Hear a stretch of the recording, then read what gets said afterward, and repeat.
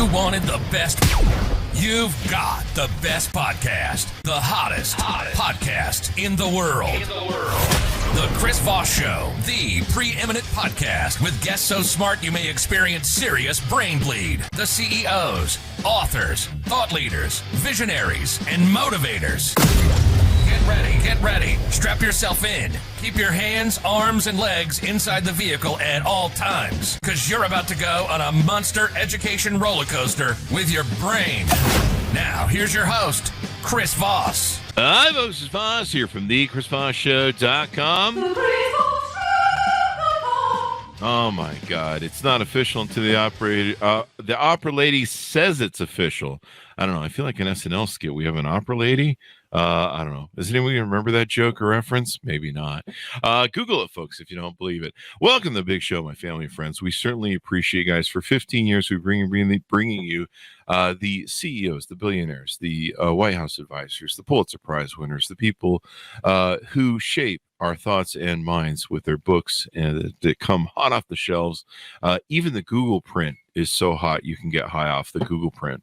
Or wait, I screwed that up. The Kindle print. Well, that's it's Friday. The brain's gone already on vacation. It's the Kindle print. You know the callback joke we do on the show. It doesn't work. But anyway, guys, we have the most amazing authors on the show. We have one joining us today to talk about his newest, hottest book that just came off the shelf. In fact, it is so hot that the Kindle's print will get you high. So just put your nose right up against the glass of your iPad and sniff really hard. The book is entitled The End of Reality: How 4 Billionaires Are Selling a Fantasy Future of the Metaverse, Mars, and Crypto. Jonathan Taplin joins us on the show today. He's going to be talking about his hottest new book. And when we announced the show, a lot of people were like, oh, man, it's so excited to hear from him and hear what he has to bring us on the show and the questions we're going to have for him and all that good stuff. In fact, I've been talking to him in the green room, and wow, he's led an interesting life. He is a public intellectual, writer, film producer, and scholar. He is the director emeritus of the Annenberg Innovation Lab at the University of Southern California. He was a professor at the USC Annenberg School in the field of international communication management and digital media entertainment until 2017. Since his graduation from Princeton University in 1969, boy, that was the year before I was born. His extraordinary journey has put him on the crest of every major cultural wave in the past half century. He was a tour manager for Bob Dylan and the band, a producer of major films such as Martin Scorsese's Mean Streets, an executive at Merrill Lynch, creator of Internet's first video on-demand service, and cultural critic and author writing about technology in the new millennium. Welcome to the show, Jonathan. How are you? Good to be here, Chris. I'm great. There you go. You've lived a very long and interesting life with a lot of cool stuff going on there. How does it feel at your point in life? Well, I'm feel lucky that I was able to work with some of the greatest artists in the history of at least our generation, and I continue to kind of try and make sense of this insane world that we're living in. And, that's what my new book is about. There you go. Give us a .com. Where do you want people to find you on the interwebs, please? JohnTaplin.com. There you go. JONTAPLIN. There you go. There'll be a link on the Chris Voss Show. And so what motivated you on to write The End of Reality: How 4 Billionaires Are Selling a Fantasy Future? Well, I think we have two visions of what the future could be. One is one that I share, and probably you do too, which is that we can use the technologies and the best minds of our country to kind of fix the things that are wrong, whether that means having a more renewable energy system or fixing the mental health crisis or all the other things, housing, stuff like that. The other view, which is held by the 4 principles of my book, which is Elon Musk, Mark Zuckerberg, Mark Andreessen, and Peter Thiel, is that the future is going to be dominated by artificial intelligence and robots. Mm-hmm. And that in 10 years, you will be sitting at home in your pajamas with nothing to do because the AI will have taken your job. And so, of course, you would like to spend 7 or 8 hours a day in the metaverse wearing a virtual reality helmet and pretending that you're dating Kim Kardashian. So, the notion that these guys are putting forth is that there's a fantasy universe out there. So Elon Musk would like to go to Mars if only we would give him $10 trillion to do this mission, which of course he would make about $2 trillion in profit on. Wow. Or, Zuckerberg would like you to spend your day in the metaverse. Mark Andreessen thinks you're going to make a fortune off of NFTs, even though most of the people that bought those Bored Apes a year and a half ago couldn't sell them for anything right now. Yeah. And then there's Peter Thiel, who has the weirdest of all things. Peter thinks he can live to the age of 200. Oh. So he goes down to San Diego once a month and gets blood transfusions from 15-year-old boys under the notion that in the laboratory that he runs called Methuselah, the old rats that get blood transfusions from young rats live longer than the old rats that don't get the blood transfusions. It's got to be really hard on the body. Jesus. I mean, but I don't know. I know, who is it? The Rolling Stones, Rolling Stone guitarist. I think he had a few blood transfusions over the years, but I think it was just from too many drugs. But I mean, he's lived. I mean, he's at aged 1,000 right now or something, right? And those guys are still alive. Like, it's just funny. They're just laughing at everything. But this is why your book's important, because we really need to plan on what sort of world we're going to leave behind for Keith Richards. Yeah, let me just throw one idea out to you. Sam Altman, who is the CEO of OpenAI, which invented ChatGPT, said that he expects the marginal cost of intelligence to fall very close to zero within the next 10 years because of AI. He said the earning power of many, many workers would be drastically reduced in that scenario. It would result in a transfer of wealth from labor to the owners of capital, i.e. the owners of the AIs, so dramatic that it could be remedied only by a massive countervailing redistribution known as universal basic income. Wow. Now, I don't think that's a world that you or I want to live in. Yeah. And I think work helps define most of our lives. Yeah. I'm still waiting for my check to come from trickle-down economics from Ronald Reagan. It's any day now. It's coming in the mail. So, and quite honestly, I don't think, Congress, in the kind of disreputable state it's in right now, would be willing to put forth a universal basic income that would pay everybody $1,000 a month to stay home in their pajamas. There you go. In fact, I'd be willing to pay them to stay home a month in their pajamas. I mean, at this point, you mentioned that AI might solve the mental health crisis. I thought we'd solve the mental health crisis just by invoking term limits. Good idea. I'll be here all week. So why did you only pick these 4 people? It seems like there's a lot of billionaires these days running around, running their mouth off, running social media and trying to be the corner of the future, I suppose. Why did you just pick these 4? Well, because first off, I think they're the most influential. So Elon has 135 million followers on Twitter. Certainly Zuckerberg controls 3 of the largest social media platforms. Elon controls the 4th. Andreessen is a big investor in both Elon's Twitter and in Zuckerberg's Facebook company, Meta. And Peter Thiel is this kind of, he was obviously the first investor in Facebook. Close friend of Elon Musk, was partners with him in PayPal. The PayPal gang, PayPal mafia, as they called it. Yep. And he has a kind of outsized influence on these people in the sense that he was very hard right, character from the beginning, and has slowly pulled all of them over to his side of the political aisle. Yeah. I mean, Elon is a kind of Republican troll right now, so Yeah. So that's why I picked them. I also picked them because they all have a kind of particularly authoritarian love of Trumpism and the kind of way the world is working. Mhm. And they also kind of like the way the government is dysfunctional. Yeah. Because for them, it means nobody's going to raise taxes on their outrageous billion-dollar incomes, and nobody's going to regulate their companies.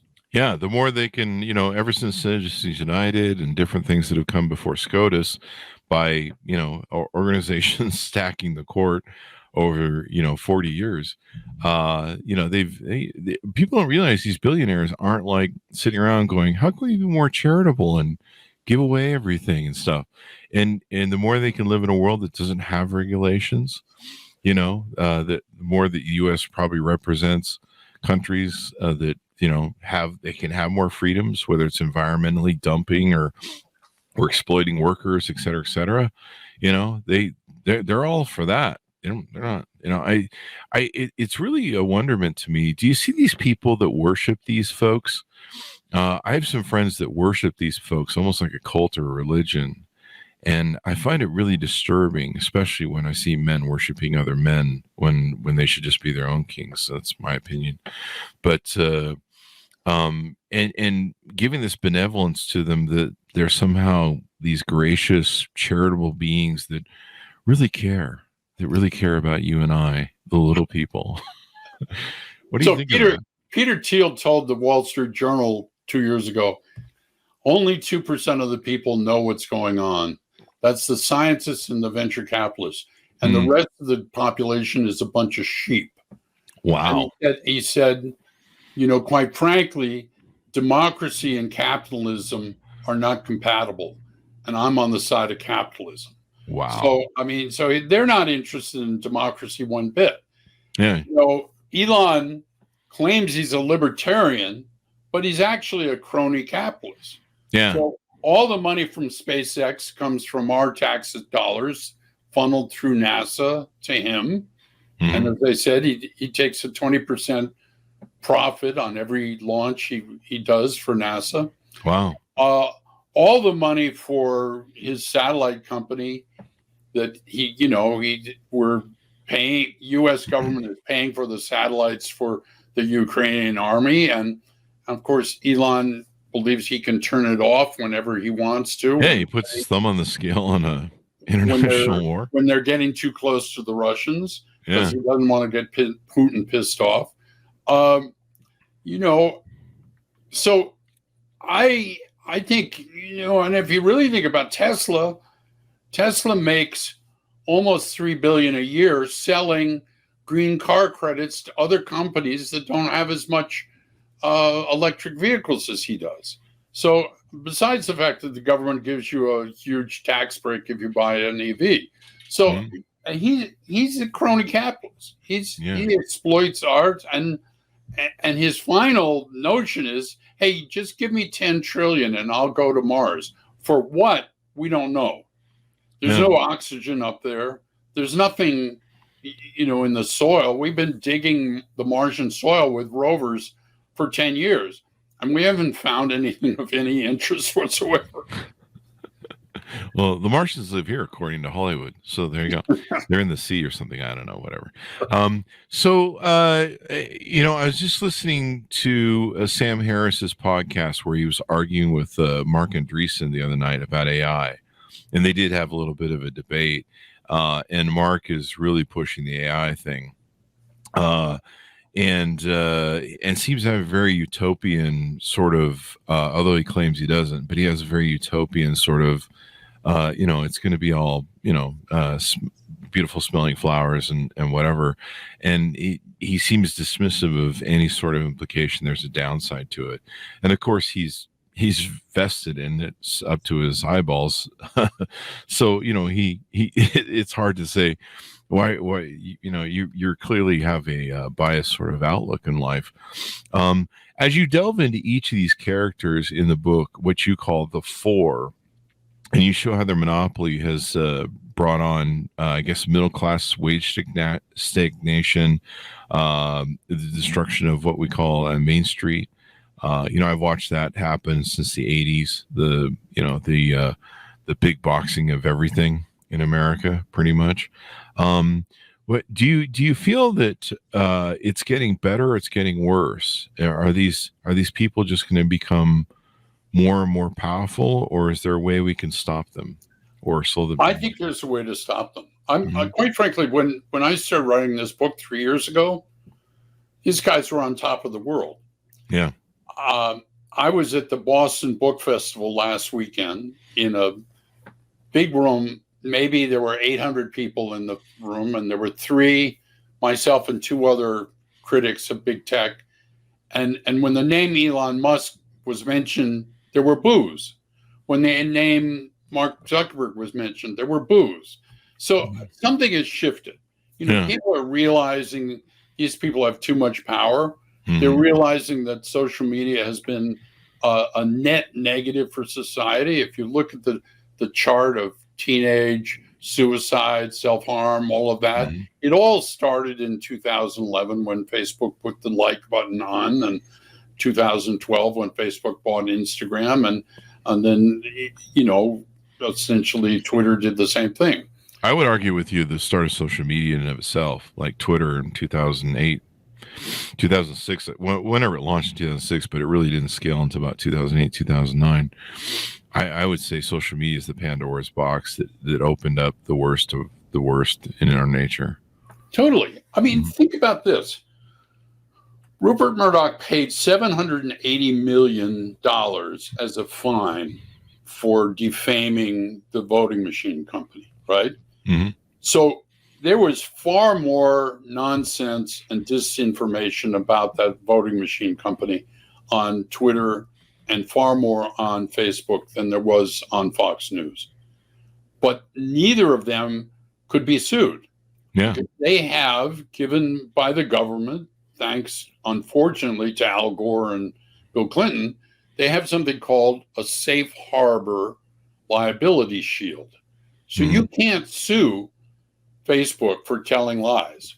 You can't sue Twitter for publishing lies because they claim, hey, it's not us, it's the users, and we have no control over them. Yeah. That's not true, of course. You can't post porn to Twitter. They'll block it. Yeah, they'll suspend your account if you don't do certain things. Yeah, you can't post porn to Facebook. So, I mean, I think it's kind of sad. Andreessen, you mentioned him.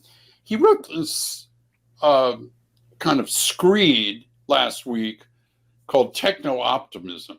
And he basically said that we believe there is no material problem, whether created by nature or by technology, that cannot be solved with more technology. Of course, if you think about the problems he's trying to solve with technology, one of his biggest companies is called Anduril, which manufactures most of the killer robots that the U.S. is testing right now. That is autonomous weapons. Now, these aren't drones with a controller in a trailer in Las Vegas flying them. These are instruments in which the AI makes the decision to pull the trigger. And, what could go wrong? People I read think these things should be banned. Yeah. What could go wrong, really? I mean, what could go wrong? It sounds like Terminator all over again. Yeah. But that's their dream. They think they're Superman. Yeah. You talked about it being a cult. Yeah. These guys actually would like to be gods, and they actually think that in the future, near future, they will be able to merge their brains and their consciousness into the computer. This is known as the singularity. And they will be gods from their point of view. Wow. I wish I could have that level of narcissism and a fuck you money that I could buy into that sort of thing. You know, I've been running companies since I was 18, and I believe in capitalism, but I do believe there's something that's called unbridled capitalism that is too much. There has to be a balance. You can't have uncontrolled, an oligarchy in essence is what some people think we're in, and maybe they're right. It's beyond my pay grade, but it has been interesting, the narcissistic nature of the billionaires and people that, we've seen how you saw how much their wealth grew over COVID. Well, everyone else got diluted. You see the, like I said, I watched over 80 years, the trickle down economics and the wiping out, the slow erosion of the middle class. And, you see this now with society and people in our society that think maybe populism or fascism or authoritarianism might be a good thing, because that's what happens when you beat down a society so much that they've got nothing left. They'll believe in just about any strongman that will come along and promise them that they'll fix everything and return the balance of the natural order. And it's even more dark that we turn to another billionaire. Yeah. Like it's like a line in Fight Club that you can convert where it says, "Is another billionaire really what we need?" Right. Andreessen said something that I thought was kind of interesting. He said, reality had 5,000 years to get good and is clearly still woefully lacking for most people. Yeah. We should build, and we are building, online worlds that make life and work and love making wonderful for everyone, no matter what level of reality deprivation they find themselves in. Mm-hmm. Now, those people you've been talking about who've been left behind, the people that my colleague at Princeton, Angus Deaton, calls the deaths of despair. Wow. The people who are sitting in some shack in West Virginia playing video games all day and snorting OxyContin. That's Fridays around here. Are they reality deprived? I guess so. But ultimately, the ultimate reality deprivation is to kill yourself. To drink yourself to death. And I am not a doomer. I actually believe that our society can make itself much better. I'm a child of the counterculture. I grew up in the 60s. I started working for Bob Dylan in 1965 and worked, took him to England in 1969. And there was a kind of hopeful culture, the times they are a-changing, that we can make change. But what's problem right now is there's this kind of nihilism that infects everything. Mm-hmm. I mean, think about the television shows that you and I have watched for the last 20 years. So Sopranos came on in 2000. And then we had Mad Men and Breaking Bad and Succession and all these shows in which the protagonist is a terrible person in a brutal struggle with other terrible people. Mm-hmm. And who's going to emerge victorious from these struggles without any morality? Mm-hmm. And then sometime 15 years later, in 2016, it's not surprising to me that people would say, well, maybe Tony Soprano should be president. And that's what we got. We got a gangster president, It's there's something interesting about the Machiavellianism of what and patriarchy and what's gone on since the 60s. When we saw the rise of feminism and emotionalism.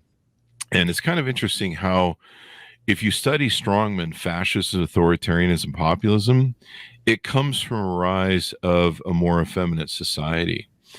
and when the family starts to fall apart, when you see men start to fall apart. And if you really study the arc of it, I believe, and how we look to patriarchy, because you'll see people bash patriarchy, but they'll support religion, which, if you really understand it, it's a patriarchy. And so what you referenced there with the Tony Soprano and all that sort of thing, there, part of what spins into this failure of the middle class and the lower class, into the point where they'll enact a Mussolini. You're seeing this in Europe with a couple of different countries like Poland and right. I forget the other one, who's now put a populist president. In fact, Mussolini's party is now in charge of Italy again after 40 or 50 years. Yeah. It's a return to extreme masculinity and a clickback, jerkback. And I think some people worship people like the four that you mentioned because they see them as the rock stars, the masculine men, the patriarchy people, and that's why they worship them. I've always thought it's interesting too in American society how we say there's kind of a mentality, and I think they've done studies on it, where a lot of people don't want rich people to be regulated because we believe in that thing in American society that, hey, we can all be rich and we can all be millionaires too. Much like, Fight Club. We're all going to be millionaires, and then we're finding out that we can't be, and we're very angry about it. Right. But people will say they don't want, the rich people regulated because they anticipate that they're all going to get there and all be millionaires someday, and they don't want regulations when they get there either. And so there's this reluctance to hold people accountable. Yeah, we live in a really interesting world. Like, I actually heard a senator the other day, a couple weeks ago, on Face the Nation, literally say the quiet part out loud and say, maybe it is time for a populist American. And I'm like, are you freaking out of your freaking mind? And that's not from a House member. That's from a senator. Right. Yeah. Right. So it's an interesting world that we live in.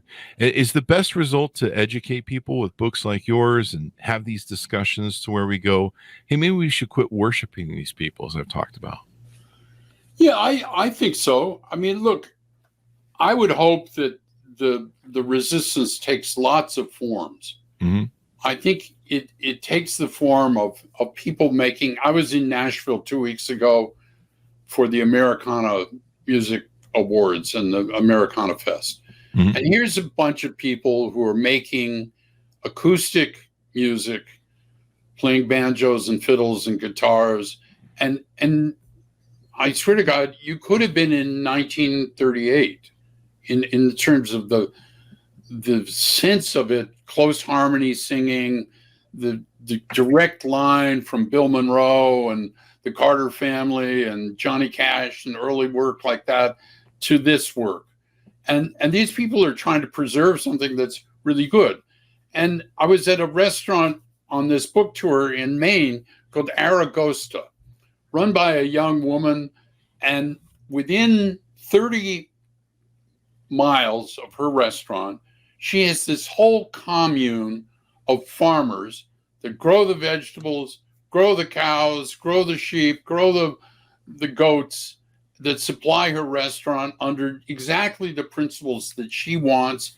And it's like this magical place, and it got a Michelin star. It's so good. Wow. So, I mean, I think what we need is a counterculture.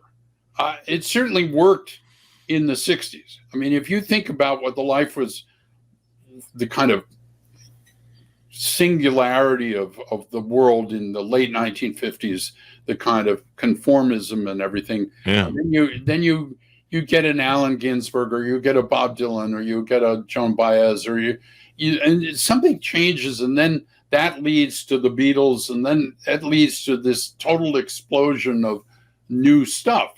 Mm-hmm. And if it hadn't been for Martin Luther King and Bobby Kennedy getting killed in 1968, I think there would have been a very different outcome for the next 10 years, Huh. Now, do you think it would have been an improved outcome, or? Yeah, I think it would have been better. I think, I know that on the college campuses in 1967 and 1968, there was a real sense that the war was going to end because there were so many people in the streets demonstrating against it, and that people really had power. And then when Bobby Kennedy came out against the war and said he was going to run against Lyndon Johnson, the sitting president, that was a big change. But then, of course, they both got killed. And, for a lot of people like myself, we had our heart broken. It's a screw politics. Yeah. I'll just join the rock and roll circus and smoke some pot and just live my life and not have my heart broken in politics. And then kind of opened the door to Nixon and kind of that whole new dystopian darkness. Totally opened the door to Nixon. Yeah.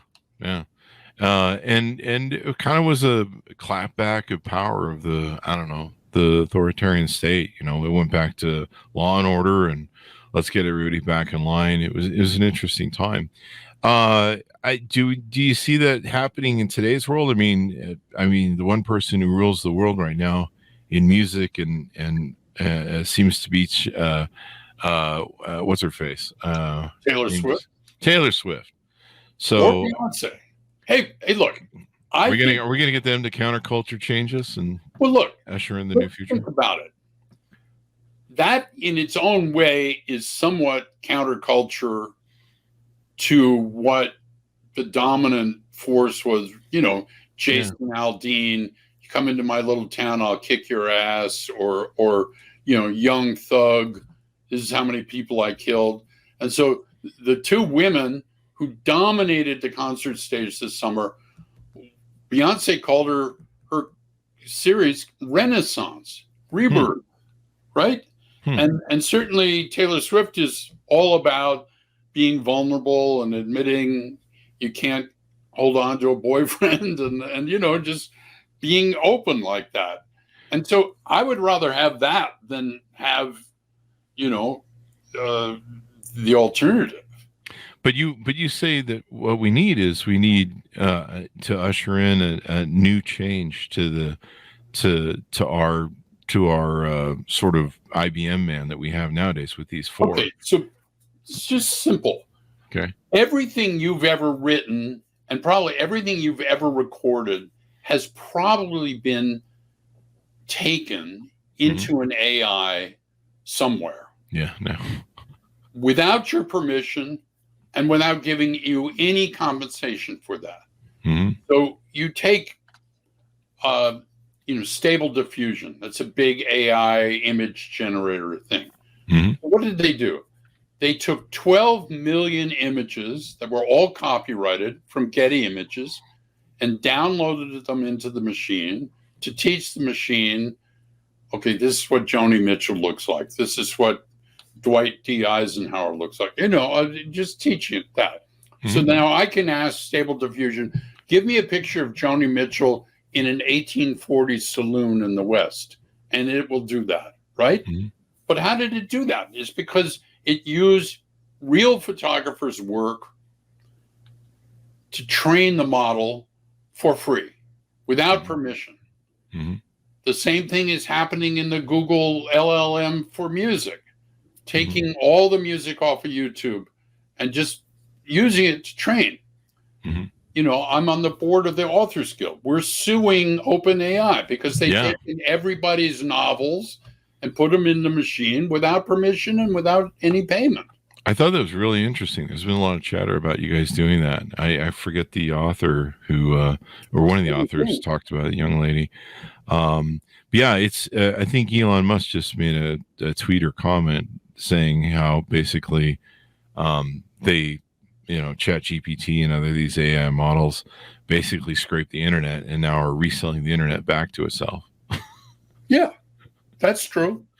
He does say some honest things once in a while, but he also says he wants regulation of AI, and he doesn't want regulation from AI. He doesn't. He just wants regulation from. To my understanding, a bunch of the companies right now, one of the things they're lobbying for is for the big successful companies to have access to AI, and to cut out the little guys so they can dominate it and monopolize it, which is. It's pretty interesting. So as you flush out these four people and call them out on their BS, what's the future hold? Do you give us any tools in the book to hold these people accountable, to maybe hold ourselves accountable? I believe you get the government you deserve. I believe if you don't like who's in Washington, go stand in front of a fucking mirror. Right. My mom was a teacher for 20, 25 years, and she would call me up and be like, yep, the GOP legislatures have taken our funding again. They've doubled our school size. You look at what goes on in some of the red states at the poor education of people, and then you look at how people vote and what they do, and you go, well, geez, if I could have $1 for everybody who cites the Constitution in some sort of political argument, who's never fucking read the Constitution, I'd be a rich man. Right. I mean, we seem to be becoming a dumber society as we go along, and social media isn't helping. Right. Yeah. So here's the problem. Government is probably the only hope in the near term to regulate these giant monopolies. Mm-hmm. So Google is in an antitrust trial right now. Meta is probably going to be in one in 6 months. Mm-hmm. So that's a start. It's a small start.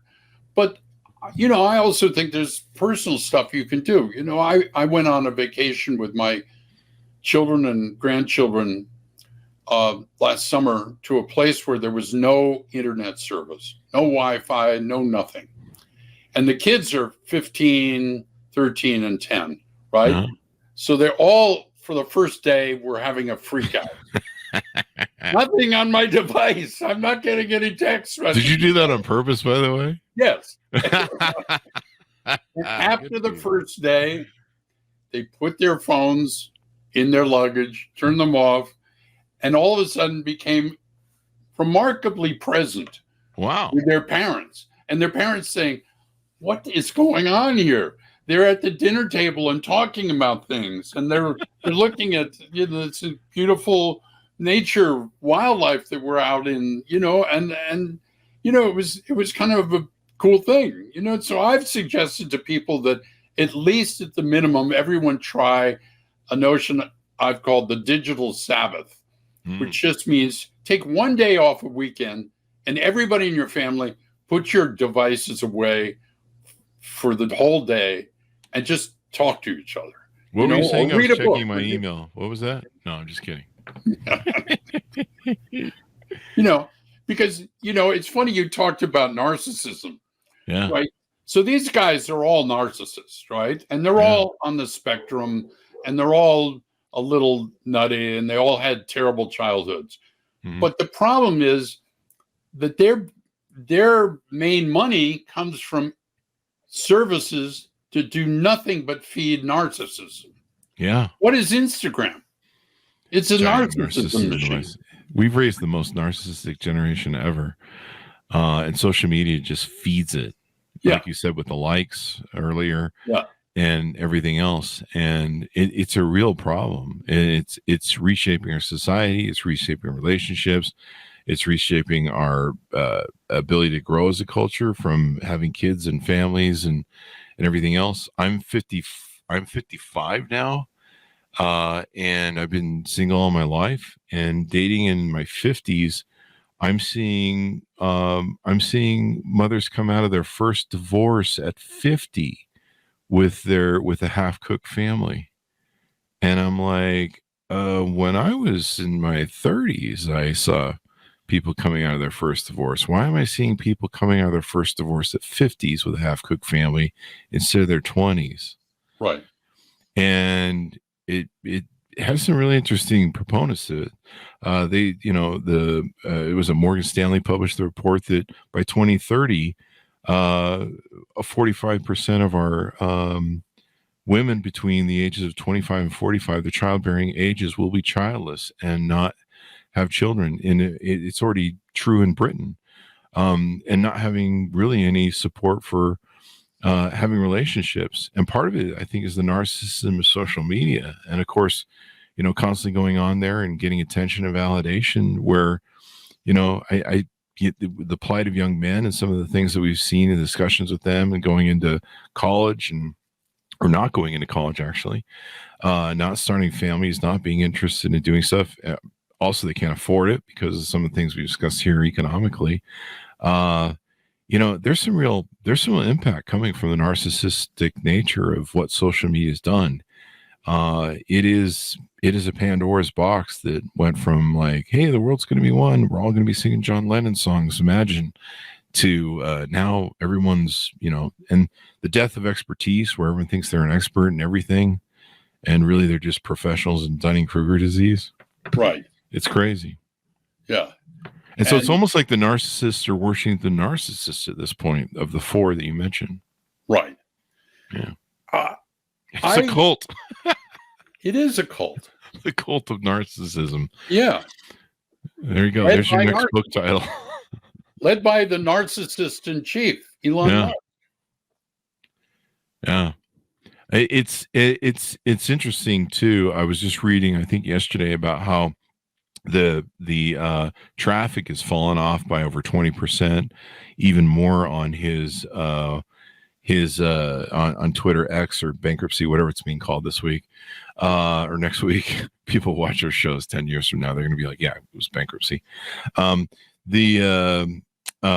they were talking about how there's a 20% drop off in the traffic on X, and the massive amounts of advertisers have fled, but somehow his following and engagement rate on Twitter is up 69% because he, told the engineers to game it that way. Totally. Is that kind of incredibly narcissistic? No, I mean, look, the funniest thing to me, I mean, it's sad, but it's, he called out the Anti-Defamation League about 3 weeks ago. Mm-hmm. And he said they were trying to ruin his business. Mm-hmm. So what happened? So when he came back on, and when he took control of the platform, first thing he was Kanye West and all the other neo-Nazis back on the platform. And so then the platform became flooded with anti-Semitic content. Mm-hmm. So the ADL, Anti-Defamation League, has the temerity to point this out to advertisers. Mm-hmm. And Elon says it's their fault. In other words, shoot the messenger. He's not willing to take any responsibility for what he did and for what all, and as you know from the last 2 weeks, the disinformation has gotten even worse since the Hamas Israel. Yeah, I mean, it was really awful, and it turns out the Anti-Defamation League was spot on. Yeah, because totally. of the stuff that's gone on there. In fact, I think he promoted a tweet or two, or retweeted a tweet or two that were complete falsehoods. So he's not helping either at all. No. Yeah. Look, there's a Yale professor who studies fascism called Tim Snyder, and he said, to abandon facts is to abandon freedom. Mm-hmm. If nothing is true, then all is spectacle. Mm-hmm. The biggest wallet pays for the most blinding lights. Mm-hmm. So these guys are the biggest wallets paying for the blinding lights, but they don't believe in truth at all. Mm-hmm. And that is the precursor for real fascism. You know what I'm interested in hearing about? Peter Thiel evidently came out this week that he's an FBI informant for something that went on with the Trump administration. I'm really curious to find out more about that. And I suppose eventually it will come out. Me too. I didn't see him as a turncoat, given I can still see his speech at the Republican convention 2015-16. And I know how much, he actually really hurt Facebook by trying to lean on them. I actually got my Facebook account suspended for a couple days because I talked about white people, and Peter Thiel had petitioned that if we're going to have racial, we're going to be sensitive to racial stuff, we need to put white people in there as an endangered species as well. And so I literally, when I want to talk about white people and, issues that are going on in our culture and stuff, I have to use an asterisk when I write the word white to this day. Otherwise I risk getting suspended. because we're a persecuted class, clearly, according to Peter Thiel. So there you go. Well, give us your final thoughts and pitch on the book as we go out, so people will pick it up. And I think education is the what do they always say? Sunlight is the best cleanser. Yeah. Well, my final thoughts are that we can fix this. There's nothing that's in front of us that, without a little bit of control, some of it which may come from regulation, but some is just personal people saying, hey, I don't need to be on Twitter. I'm quitting.